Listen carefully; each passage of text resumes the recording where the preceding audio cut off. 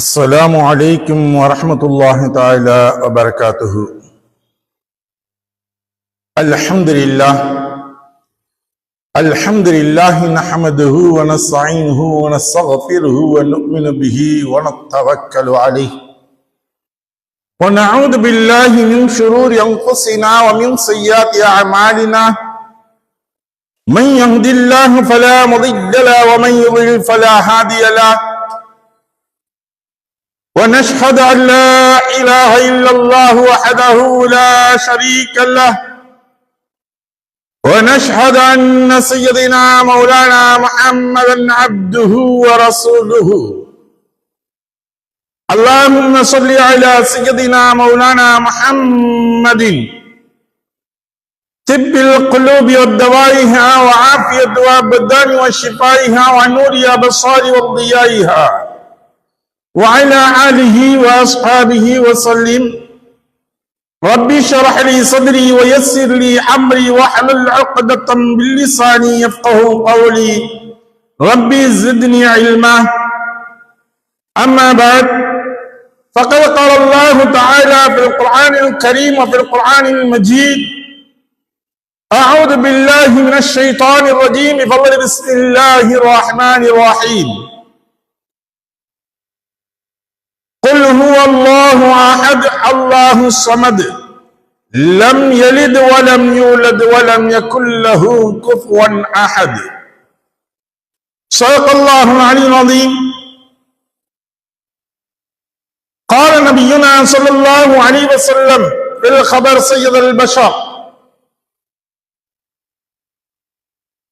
بني الإسلام خمسة: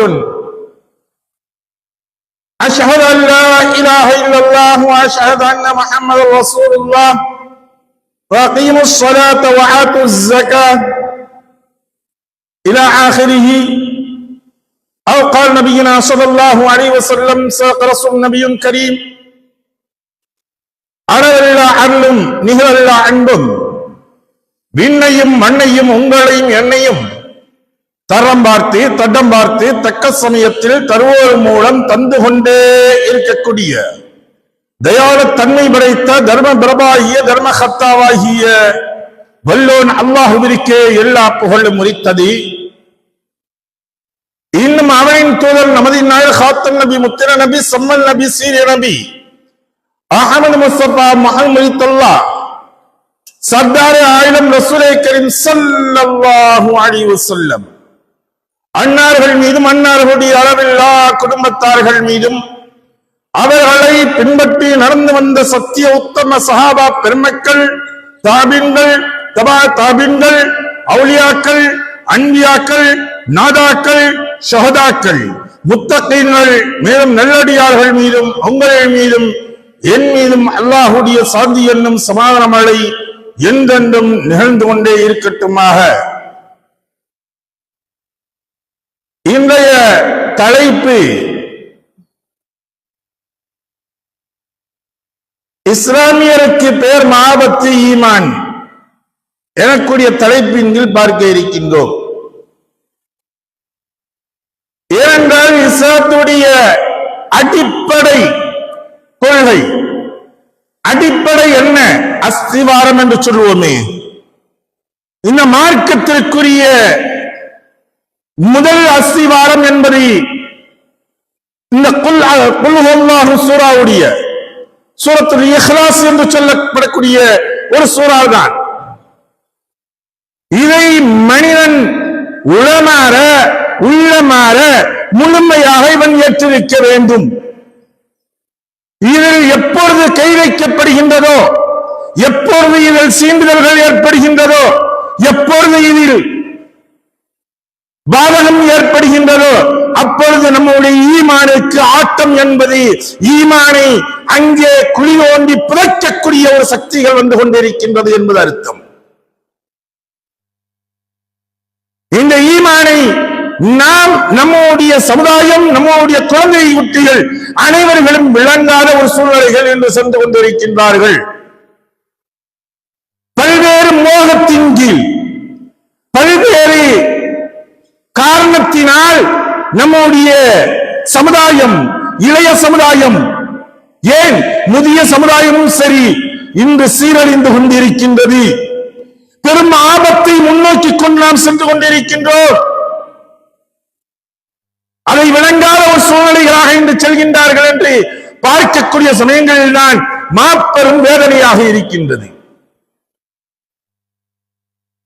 நபியே நாயகமே, நீங்கள் சொல்லுங்கள், அவனாகின்றவன் அல்லாஹ் ஆகின்றவன் அஹது, அவன் ஒருவன் தான், அவனுக்கு இணையாக ஈடு இணையாக ஈடு துணையாக என்பது யாரும் இல்லை.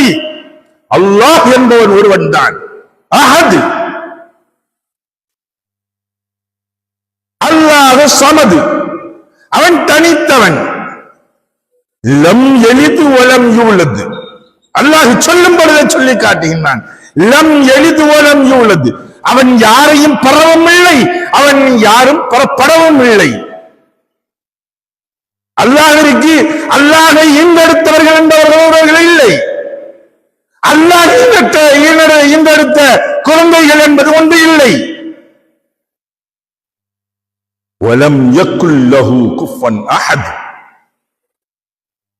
அவனுக்கு எந்த ஒன்றுமே இணையோ துணையோ அல்லது நண்பர்கள் என்றோ எந்த ஒன்றுமே அல்லாஹ்விற்கு இல்லாதவன், அவன் தனித்தவன். அவனுக்கு யாருடைய சொல்லை கேட்டும் ஆடுபவன் அல்ல, யாருக்கும் யாருடைய செயலை கண்டும் அவன் மாற்றுவதும் அல்ல. அல்லாஹ் என்பது தான் நாடியதை தான் எப்படி செய்ய வேண்டுமோ அப்படி செய்யக்கூடியவன் அல்லாஹ்.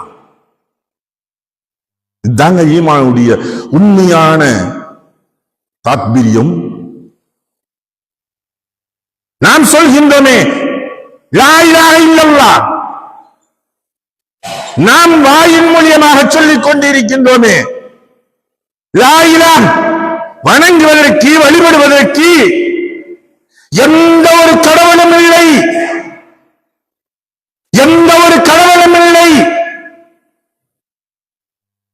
இல்லல்லாஹ், அல்லாஹுவை தவிர எந்த ஒரு கடவுளும் இல்லை என்பதுதான் உண்மையான கொள்கையாக நம்முடைய மார்க்கம் இருக்கின்றது. இஸ்லாமுடைய மார்க்கம் உண்மை கொள்கை இதுதான். ஆனால் இன்று இந்த கொள்கைக்கு ஆட்டம் காணும் அளவிற்கு, அஸ்திவாரத்தை ஆட்டி படைக்கும் அளவிற்கு இந்திய ஒன்றிய அரசு செய்து கொண்டிருப்பதை யார் இன்று வழங்கிக் கொண்டிருக்கின்றோம். ஏதோ எங்கோ ஒன்று நடக்கின்றது, நமக்கென்ன என்பதாக ஒரு சமயங்கள் இருந்து கொண்டிருந்தோம். அது செய்யறா செஞ்சுக்கல, இல்லைன்னா விட்டுக்கல்ல என்பதாக இருந்து கொண்டிருந்தோமே. இன்று அதற்கு ஆபத்து ஏற்படுகின்றது. அன்று ஒரு சமயம் நமக்கு ஆபத்து என்று சொல்லும் பொழுது எது மாதிரியான ஆபத்து? இந்தியனே இல்ல புண்டு இந்தியாவை விட்டு நம்மளை கடத்த போகிறார்கள் என்று சொன்ன உடனே நாடெல்லாம் கொந்தளித்தது. சிஏ என்ஆர்சி எனக்குரிய ஒன்றை சொன்ன பொழுது இந்த இந்திய நாடு கொந்தளித்தது. எத்தனையோ ஷாயின் பாத்துகள் ஏற்பட்டது. ஒவ்வொரு இடங்களிலும் சொன்னார்கள், நாங்கள் இந்தியர்கள் தான், நாங்கள் தமிழர்கள் மொழியால் இனத்தால் இஸ்லாமியர்கள் என்பதை சொல்லிக் கொண்டே இருந்தோம். எங்களை அந்நியன் என்று சொன்னது யாரா என்று கேட்டுக் கொண்டிருந்தோமே. இன்று நீ இஸ்லாமியனே இல்லை என்று சொல்லாமல் சொல்லும் அளவிற்கு வந்து கொண்டிருக்கின்றார்கள். அருமைக்குரிய சகோதரர்களே, ஒரு பாடலை படித்துக் கொள்ளலாம் என்பதாக அனுமதித்தார்கள். முன்பு ஒரு பாடலாக, தேசிய பாடல் என்பதாக சொன்னார்கள். இந்த பாடல் என்பது வந்தே மாதரம் எனக்கூடிய ஒரு பாடலை படிக்கக்கூடியது. இஷ்டம்னா படிச்சுக்கலாம், அவ்வளவுதான், அது கட்டாயம் அல்ல என்பதாக முன்னால் சொல்லப்பட்ட பொழுது அமைதி காத்து இருந்தோம். இந்த பாடல் உருவாக்கியதற்குரிய காரணம் என்னவென்று தெரியுமா? எதனால் உருவாக்கப்பட்டது என்று தெரியுமா? இந்திய சுதந்திரம் அடைவதற்கு முன்பதாக இப்படி ஒரு பாடலை இயற்றப்பட்டது. இந்த பாடலுக்கு எதிராகத்தான் நாம் இந்தியர்கள் என்பது, இஸ்லாமியர்கள் என்பது, இந்த இந்திய நாட்டுடைய சுதந்திரத்திற்காக வேண்டி பாடுபட்டவர்கள், ரத்தம் சிந்தியவர்கள் என்பதை உணர்த்தும் விதமாக மற்றொரு பாடலை ஏற்றினார்கள். ஜாஹே ஜஹான் சே அச்சா இந்து சித்தாரா ஹமாரா எனக்குரிய ஒரு பாடலை ஏற்றினார்கள். இப்ப இந்திய சுதந்திரம் அடைகின்றது. இந்திய சுதந்திரம் அடைகின்றது. முதலாவதாக பிரதமராக இருக்கக்கூடிய ஜவஹர்லால் நேரு அவர்களுடைய காலகட்டங்களில் நம்முடைய தேசிய கீதமாக ஒன்றை கொண்டு வர வேண்டும், எதை கொண்டு வரலாம் என்பதாக சொல்லப்பட்ட பொழுது இன்று துடித்துக் கொண்டு ஒன்றியத்தில் அதிகாரத்தில் இருக்கின்றார்களே இவர்களுக்கு பின்னால் இருக்கக்கூடிய பின்புலங்கள் அவர்கள் சொன்னார்கள் வந்தே மாதரத்தை கொண்டு வர வேண்டும் என்பதாக. சிலர்கள் ஜாயே ஜஹான் சே அச்சா எனக்கூடிய பாடலை கொண்டு வர வேண்டும் என்பதாக. அப்பொழுது ஜனகணமன எழுதிய பாடல் வருகின்றது. 3 பாடல்கள் வைக்கப்பட்டு அங்கே பாராளுமன்றத்தில் அன்று உரையாற்றப்பட்டது. நீண்டதொரு விவாதம் நடந்தது. அந்த நீண்டதொரு விவாதத்தில் அன்று இருந்த காயிதமில்லத் போன்ற நபர்கள் எல்லாம், இஸ்மாயில் சாஹிப் என்று சொல்லக்கூடிய காயிதமில்லத் இவர்கள் போன்றவர்கள் எல்லாம் அப்பொழுது அங்கே அந்த சபைகளில் எடுத்துரைத்தார்கள். எடுத்துரைக்கப்பட்டதுடைய விஷயங்கள் என்னவென்று தெரியுமா? வந்தே மாதரத்திற்குரிய உள்ளே இருக்கக்கூடியது என்னவென்று தெரியுமா? துர்கா தேவியை நாங்கள் வணங்குகின்றோம். இன்னும் சில கடவுளுடைய பெயர்களை சொல்லப்பட்டு இந்த தெய்வத்தை எல்லாம் நாங்கள் வணங்குகின்றோம். இவர்களுக்கு தவிர வேறு யாருக்கும் எங்களுடைய வணக்கம் இல்லை என்பதை பொதிந்திருக்கக்கூடிய ஒரு பாடலாக இருக்கின்றது. இது எப்படி இஸ்லாமியர்களுக்கும் சரி, கிறிஸ்தவர்களுக்கும் சரி, ஏனையவர்களுக்கும் இது எந்த மதமே இல்லை, நாங்கள் நாத்திகர்கள் என்று சொல்லக்கூடிய நபர்களுக்கு மத்தியில் அவர்களுக்கும் சரி எதிராக இருக்கின்றது. ஒரே ஒரு நபர்களுக்கு மட்டும்தான் ஆதரவாக இருக்கிறது. அது யார்? சூத்திரர்களுக்கு மட்டும்தான். அப்படியா கொண்ட பாடலை ஏற்ற வேண்டும் என்பதாக சொல்லப்பட்ட பொழுது அந்த பாடல் வந்ததுடைய விஷயங்களை அன்று விவாதிக்கப்பட்டது. இன்னும் பாராளுமன்றத்துடைய அந்த கெஜெட்டில் இருக்கத்தான் செய்கின்றது. பெருமைக்குரிய சகோதரர்களே, இந்த பாடல் இயற்றப்பட்டதே இஸ்லாமியர்கள் மூலியமாக வெற்றிகள் கிடைக்கின்றது, இஸ்லாமியர்கள் மூலியமாக பல்வேறு துணைகள் கிடைக்கின்றது என்று பிரிட்டிஷ் அரசுடைய ஒரு தூண்டுதலின் பேரில் இயற்றப்பட்டது. அன்றைய சில நபர்களின் காரணமாக, விசன்னிகளின் காரணமாக இந்தியாவிற்கு சுதந்திரம் கிடைக்கக்கூடாது என்று சுவை நக்கிக் கொண்டிருந்தவர்களின் காரணமாக இந்த பாடல்கள் இயற்றப்பட்டது. அருமைக்குரிய சகோதரர்களே, அப்பொழுது நீண்ட விவாதத்திற்கு மத்தியில் அந்த பாடல்களை படிக்கக்கூடாது என்பதாக நீக்கப்பட்டது. இந்த இரண்டையும், ஜாயே ஜஹான் சே அச்சா எனக்கூடிய பாடலையும் வந்தே மாதரத்துடைய பாடலையும் வெறும் பாட்டாக வைத்துக் கொள்ளலாம். அதுவும் வந்தே மாதரம் எனக்கூடிய முதல் 2 அடிகளை மட்டும் படித்துக் கொள்ளலாம். முழு பாடலையும் படிப்பதற்கு அவசியம் இல்லை, முழு பாடலையும் படிக்க வேண்டாம் என்பதாக சொன்னார்கள். அதனால்தான் என்று நாம் முன்னால் சொன்னோம், வந்தே மாதரம் எனக்கூடிய வார்த்தைகள் எங்களுக்கு எந்த ஒரு பிசகுதலும் இல்லை, எங்களுடைய ஈமானுக்கு எந்த ஒரு பாதிப்புகளும் இல்லை. ஆனால் அதற்கு பின்னால் இருக்கக்கூடிய 6 பத்திகளில் இருக்கக்கூடிய அனைத்தும் சூத்திரர்களுடைய சூழ்ச்சிகளாக இருக்கின்றது. அருமைக்குரிய சகோதரர்களே, இன்று நாம் அதை விளங்காமல் இருந்து கொண்டிருக்கின்றோம். 2 தினங்களுக்கு முன்னால் பாராளுமன்றத்தில், ஒன்றியத்தில் இருக்கக்கூடிய மாநிலங்களவையில் இந்த சட்டம் கண்டிப்பாக பாடப்பட வேண்டும் என்பதாக எல்லா சபைகளிலும், அதாவது எங்கெல்லாம் தேசிய கீதங்கள் படிக்கக்கூடியது இருக்கின்றதோ அத்தனை இடங்களிலும் இது படிக்க வேண்டும், அதற்கு எழுந்து நிற்க வேண்டும், அதற்கு மரியாதை செலுத்த வேண்டும், அதை ஏற்றுக்கொள்ள வேண்டும். இல்லை என்றால் தேச துரோக சட்டங்கள் அவர்கள் மீது பாயும் என்பதாக இன்று சொல்லி இருக்கின்றார்கள், சட்டத்தை ஏற்றிருக்கின்றார்கள். அப்பொழுது எதிர்க்கட்சிகளாக இருந்தவர்கள் வெளிநடப்பு செய்திருக்கிறார்கள். இவர்கள் எவ்வளவு நம்பிக்கை துரோகிகளாக இருந்து கொண்டிருக்கின்றார்கள். இன்னைக்கு நம்ம விளங்கணும், இப்ப இருக்கக்கூடிய ஆபத்தை விளங்காத சூழ்நிலைகள் சென்று கொண்டிருக்கின்றோம் நம்முடைய சமுதாயம்.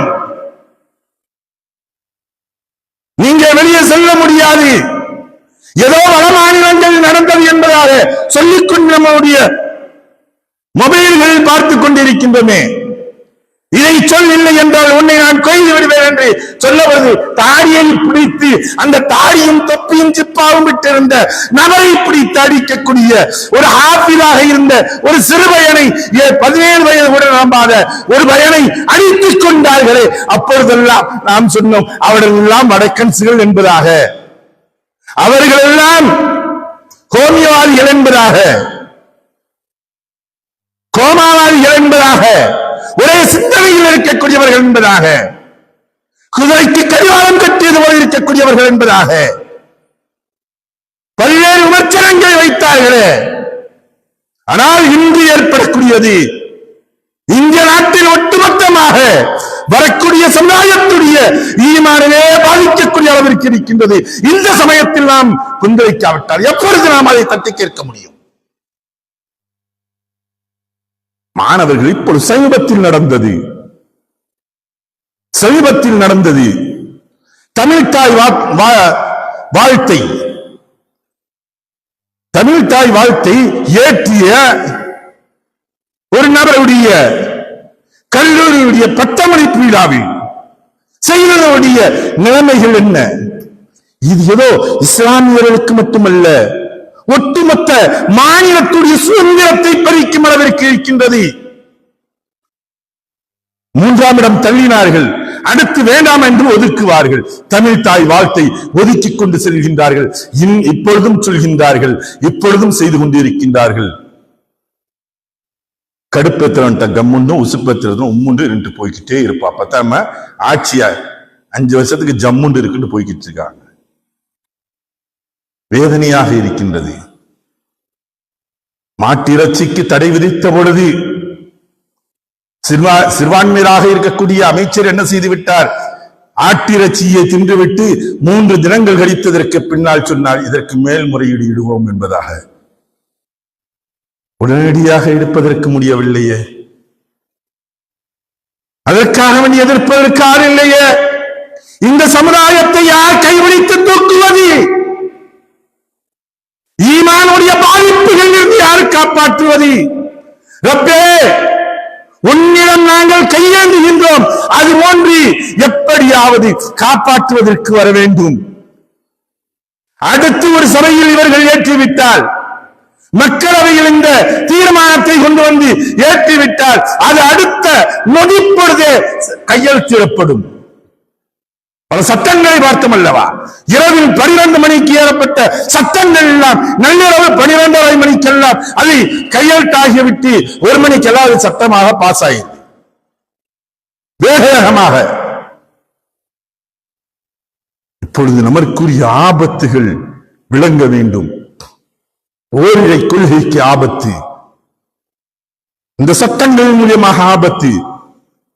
ஒட்டுமொத்தமாக இந்தியாவில் இருக்கக்கூடிய, குறிப்பாக தமிழகத்தில் இருக்கக்கூடிய அத்தனை நபர்களும் இதற்கு நாம் கண்டனங்களை தெரிவிக்க வேண்டும். அதுபோன்று எத்தனை ஷாஹின்பாத்துகள் வந்தாலும் சரியாகத்தான் இருக்கும்.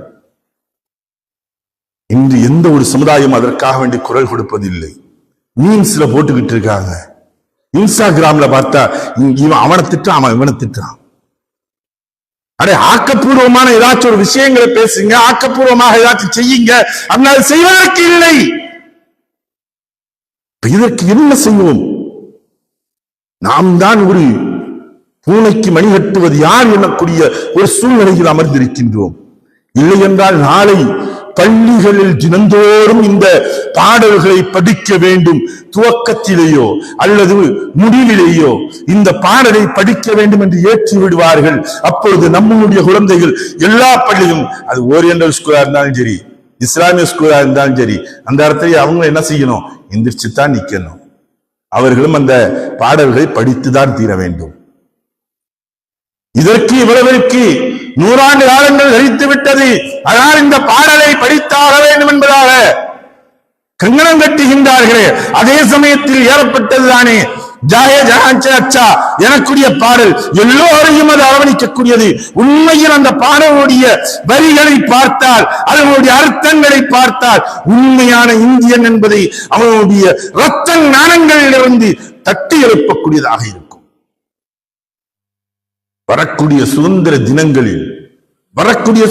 தினங்களில் எதிர்ப்புகளை தெரிவிப்பதற்குரிய வழிகளை தேட வேண்டும்.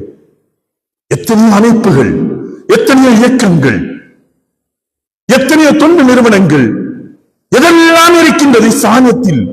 இஸ்லாமியர்கள் செய்து கொண்டிருக்கின்றோம், ஜமாத்துகளாக எல்லாம் செய்து கொண்டிருக்கின்றோம். எங்களுடைய உரிமை, நாங்கள் பெற்ற சுதந்திரம் என்பதற்காக வேண்டி ஒவ்வொரு ஆண்டும் குடியரசு தினவிழாவும் சரி, சுதந்திர தினவிழாவும் சரி, கொடியேற்றி மரியாதை செலுத்தக்கூடிய நாம் இந்த ஆண்டு இன்னமும் வீரியமாக நாம் சொல்ல வேண்டும். எங்களுடைய மார்க்கம் ஏகத்துவத்தை போதிக்கக்கூடிய மார்க்கம், ஓரிரை கொள்கையை போதிக்கக்கூடிய மார்க்கம், இணையை விட்டு முழுமையாக தவிர்த்திருக்கக்கூடிய மார்க்கம்.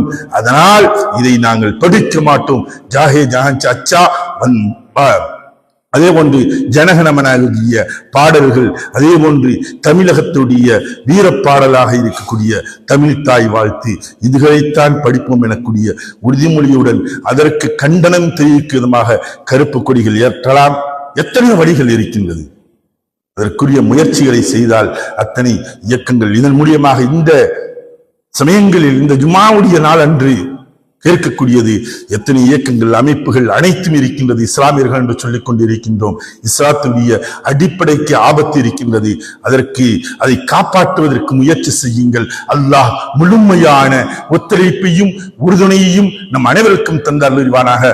இறைவா, இறுதி வரை உறுதியாக ஈமானோடே இருந்து, ஈமானோடே வாழ்ந்து, ஈமானோடனே மரணிக்கக்கூடிய பாக்கியத்தை எங்களுக்கும், எங்களுடைய சந்ததியர்களுக்கும், எங்கள் சந்ததியினுடைய சந்ததியர்களுக்கும், வாழையடி வாழையாக வரக்கூடிய அத்தனை இஸ்லாமியர்களுக்கும் இந்த ஏகத்துவத்துடைய பிடிப்புடன் மரணிக்கக்கூடிய பாக்கியத்தை எங்களுக்கு நீ தருவாயாக. மரணிக்கக்கூடிய தருவாயிலும் கூட லா இலாஹ இல்லல்லாஹ் முஹம்மது ரசூலுல்லாஹ் ஸல்லல்லாஹு அலைஹி வஸல்லம் எனக்குடைய கலிமாவை மொழிந்தவர்களாக மன்னிக்கக்கூடிய பாக்கியத்தை எங்களுக்கு தருவாயாக என்பதாக நாம் துஆ செய்வோம். அடுத்தபடியாக இதற்கெல்லாம் மூல காரணம் தொழுகையில் பலகீனம் இருப்பதுதான். அதை நாம் விளங்க வேண்டும். அடுத்தவர்களை சொல்வது இருக்கட்டும், அதற்கு முன்னால் நம்மை நாம் பார்க்க வேண்டும். தொழுகையில் பலகீனம். ஜும்மாவிற்கு வரக்கூடிய கூட்டம் அடுத்த அன்றுடைய நாள் அசருக்கு காணா. மகரிபுக்கு வரக்கூடிய கூட்டம் ஃபஜருக்கு காணவில்லை. இதெல்லாம் என்ன காரணம்? பலகீனம் என்பதாக நாம் மொத்தத்துக்கு ஒட்டுமொத்தமாக பலகீனத்தை ஏற்படுத்தி கொண்டு இருக்கின்றோம். அல்லாஹு தஆலா ஈமானை பலப்படுத்தி தந்தருள்வானாக. வாஹ் தாவானா வனில் ஹம்துலில்லாஹி ரப்பில் ஆலமீன். அஸ்ஸலாமு அலைக்கும் வரஹ்மத்துல்லாஹி தஆலா வபரகாத்துஹு.